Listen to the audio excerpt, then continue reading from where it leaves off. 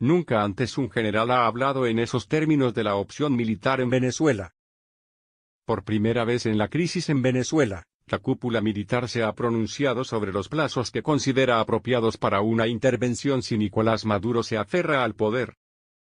El almirante Craig Faller, al mando del Comando Sur de Estados Unidos, ha marcado como fecha el final del año en curso. En una admisión sin precedentes por parte del máximo responsable de operaciones en Sudamérica.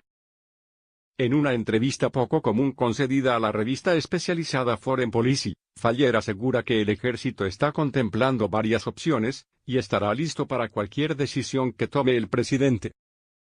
Estamos en alerta, dijo Faller, la crisis en Venezuela podría llegar a ese nivel a final de este año si Maduro sigue en pie.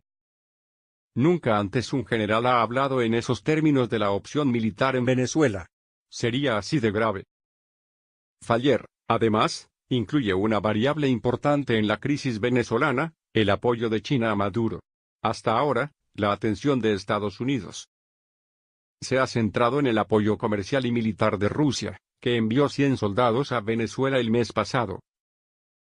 Pero el almirante afirma, claramente, que cree que China ha hecho una apuesta muy arriesgada y no está colaborando.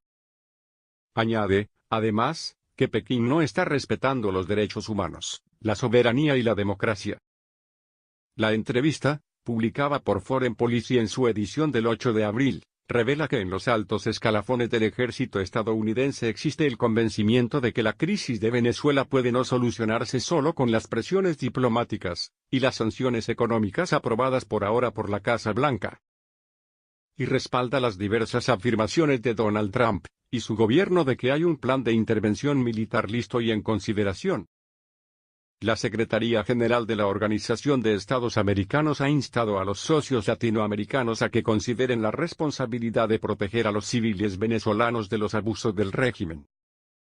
Ese sería el foro elegido para legitimar una intervención, dado que Rusia y China tienen poder de veto en el Consejo de Seguridad de Naciones Unidas. Faller se reunió en febrero en Florida con Luis Navarro Jiménez, comandante general de las Fuerzas Militares de Colombia.